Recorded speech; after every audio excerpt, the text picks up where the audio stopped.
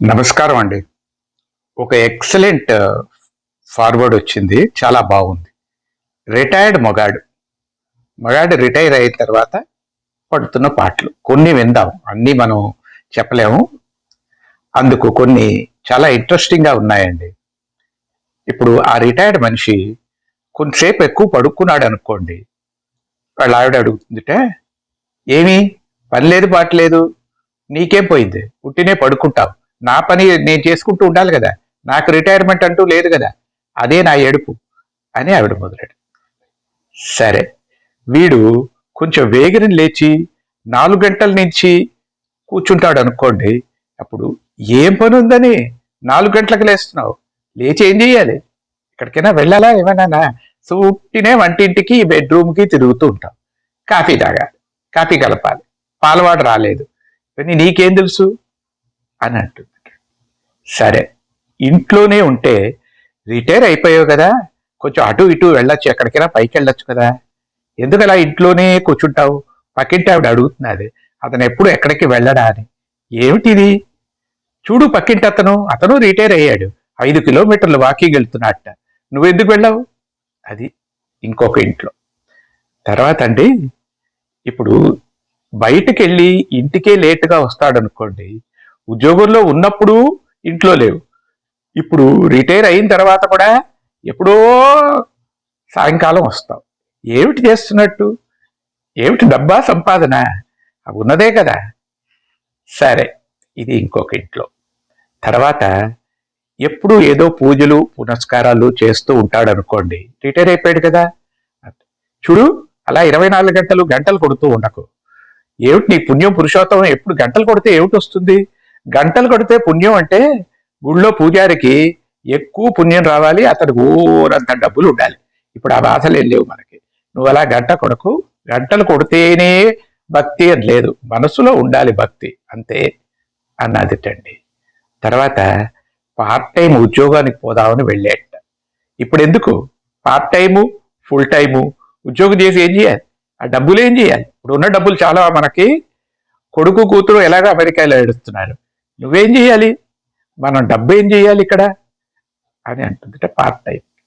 సరే, ఇప్పుడు గుళ్ళు గోపురాలు తిరుగుదాం పదాన్ని తీసుకెళ్తే, చూడు ఎప్పుడు ఈ గుళ్ళు గోపురాలు తిరగడం, నాకు మోకాళ్ళ నొప్పి తప్ప ఇంకేమీ లేవు. చూడు పక్కింటి వాళ్ళు డార్జిలింగ్, నైనిటాల్, షిమ్లా, కాశ్మీర్ ఇవన్నీ వెళ్ళొచ్చారట, అక్కడికైనా వెళ్ళొచ్చునా, అది వెళ్తే కొంచెమైనా బాగుంటుంది అన్నదిట. సరే, ఇంకొక ఆయన ఈ డార్జిలింగ్, నైనిటాల్, షిమ్లా అవన్నీ తీసుకొని వెళ్ళి వచ్చాట. వచ్చాక ఆవిడ, చూడు ఇలాంటి ఊళ్ళన్నీ నన్ను అనవసరంగా తిరగమనకు, నేను తిరగాలేను, ఇక్కడికి వచ్చే కమలా మన ఎండల్లో పాత ఎండల్లో చావాలి కదా, ఇది తప్పదు కదా మనకి, వెళ్ళేం చేయాలి ఆ నైనిటాల్కి, అక్కడ ఉండం కదా అన్నదిట. తర్వాత ఏది ఇవన్నీ వద్దని ఒక ఆయన పాత పాటలు వింటున్నట్టండి. చూడు ఆ పాత పాటలు, ప్రేమ పాటలు వింటూ ఉంటే అసహ్యంగా లేదు, ఏ వయసులో ఏది చేయాలని లేదు, రిటైర్ అయిపోయింది, వయసు అయిపోయింది, ఇవి కూర్చొని వింటుంటావా, ఏదో భక్తి పాటలు వినొచ్చు కదా, ఎందుకు ఈ పాటలు అన్నదిట. తర్వాత వాళ్ళ ఫ్రెండ్స్ అందరికీ ఫోన్ చేసి ఇంకొక ఆయన మాట్లాడుతూ ఉంటాడు, ఏదో అతనికి ఊసిపోలేదు ఇతనికి ఊసిపోలేదు, ఇద్దరు రిటైర్డ్, వాళ్ళతో ఏవో పాత సంగతులు అవి మాట్లాడుకుంటూ ఉంటారు.